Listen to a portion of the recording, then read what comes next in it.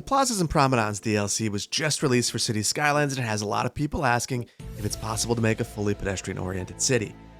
The answer to this is pretty obvious to me. It's a yes, but can you actually afford it at 50 cents a cell? Maybe, maybe not. You're going to have to be able to offset that cost.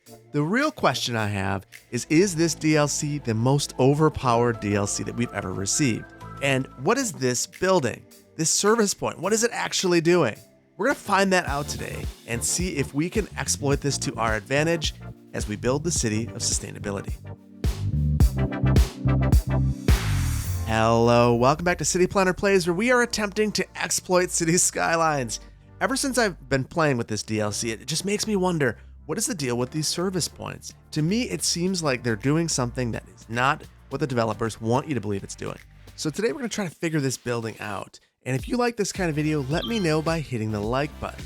So I want to remove all production capacity and garbage pickup capacity from this island so we could see how these buildings actually work. We'll get rid of our park. We'll get rid of any industrial that we have over here, all warehouses, and this city park. And we'll be back in just a second when the city's been cleared out. Okay, and we are back. The IT cluster's gone, all of the industrial is gone, warehouses are gone, and even all of the production buildings that were over here, I got rid of those as well.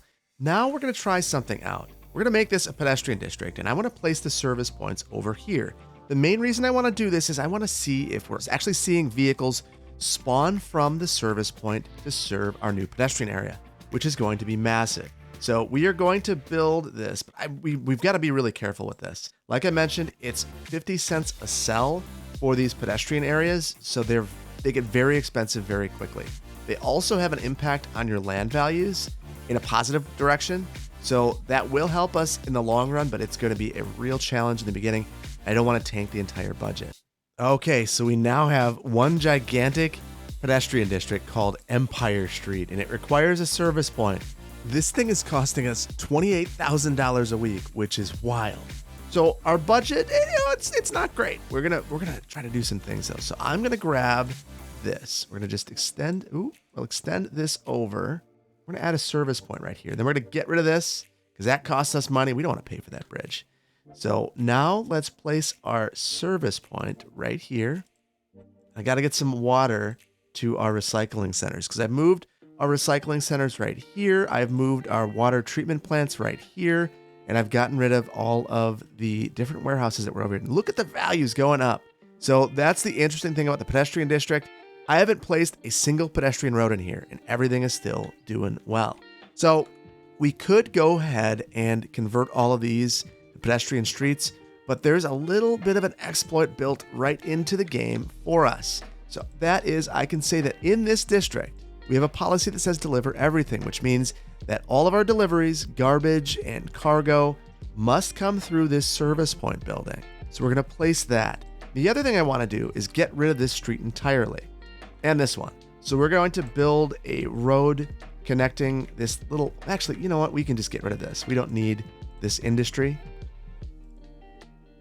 And then here, we're going to pedestrianize this. We'll just get rid of this bridge. We'll have it be the connection with the absolute most ability for vehicles to travel on this.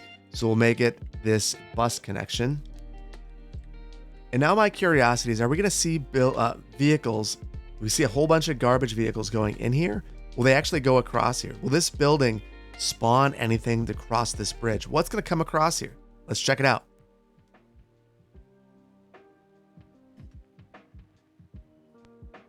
Okay, and I see police vehicles and hearses, but I don't see anything spawning from this building. We can check this. Let's just click on the building. Lots of garbage trucks just going into this. In fact, it's very upset about it. The cargo capacity used and the garbage capacity is absolutely maxed out. So let's try something else. Let's just get rid of this bridge altogether. Right now, it seems like things are improving over here. I see land values going up. Everyone's happy. Let's get rid of this. I think that this should totally break down.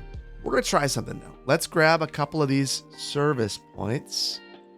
We'll add these, and it looks like it just randomly expanded our district. That's frustrating because that's real money. We're not doing that. No. There we go. Now we've cleaned it up. And we still have high garbage utilization. These seem to still have things happening.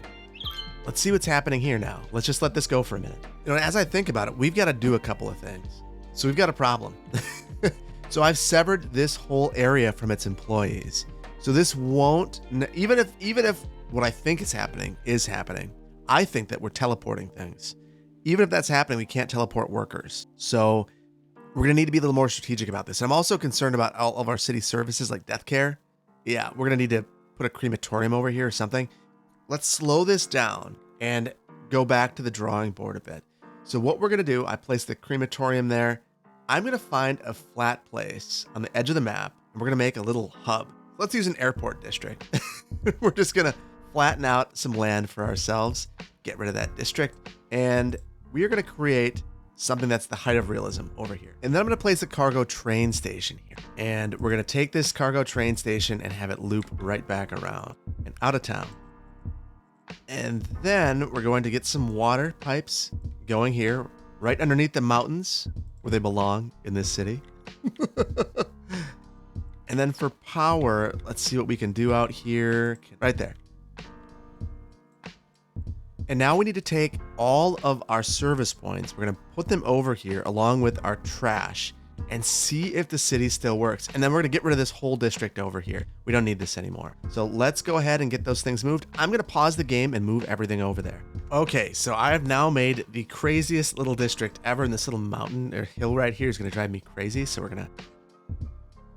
There we go. So what we have here is a little loop. The loop will allow me... we've got to add a warehouse here. So this is a warehouse for general goods. The train will come in here, drop off goods here, then we'll drop it off at one of our cargo service points, either our small one here or the main small pedestrian area service point. We've got all of our trash collection out here on a loop. They're coming and serving this. And then we've got our pedestrian district, which is this long, crazy thing. We're going to sever this so it doesn't cost us quite so much. And then let's get rid of all this stuff too. This isn't helpful anymore. So basically the only thing that we've preserved over here is our water treatment and our water capacity over here. So now this city should die. There's nothing keeping it going. We are producing a ton of money now compared to what we were doing. And there seems to be a lot of activity in our little loop over here. So I'm going to speed this up, and I just want to see, what are we doing over here? We've got some capacity. 2 of 5 trucks used for our cargo capacity, and 1 of 3 garbage trucks. And it's kind of the 1 of 3 for the rest of this. They're going back and forth to our recycling centers, having a good old time there. And we are loading up our little warehouse yard. We're going to keep this thing filled. Now, let's observe what's happening over here, because reasonably, our city should be dying. There should be no goods anywhere, and we should absolutely have garbage piling up all over the place. I'm going to let this run for a couple of minutes and see if that indeed is the case. Okay, so I left for a while and fully expected to come back to this city crashing and burning, and instead, I returned to this as a capital city. So the city's actually improved. We've gained significant population, 4,000 maybe, as I walked away from the build. So I want to see exactly what has happened. We're going to speed this bad boy up again and come back over here to see what has happened. Obviously, there's some problems. We need a police station over here. And we're lucky that this whole place didn't burn down. So we'll add that, and we'll add one of these. And now all is well over here. But if we take a look, we're not even maxing out our capacity for any of these. In fact, this small garbage service point is probably worthless. It's nice to have the overhead. So this tells us a couple of things. And look at this, I don't even need this warehouse. This thing filled up, but I have these going directly into the cargo service point. So holy cow, are the service points overpowered buildings. What this tells me is that we don't need to worry about traffic anymore. Let's look at this, 96% traffic flow. Let's take this up to the next level. I'm going to convert every single road in here to be a pedestrian road, and then we're going to see what traffic looks like.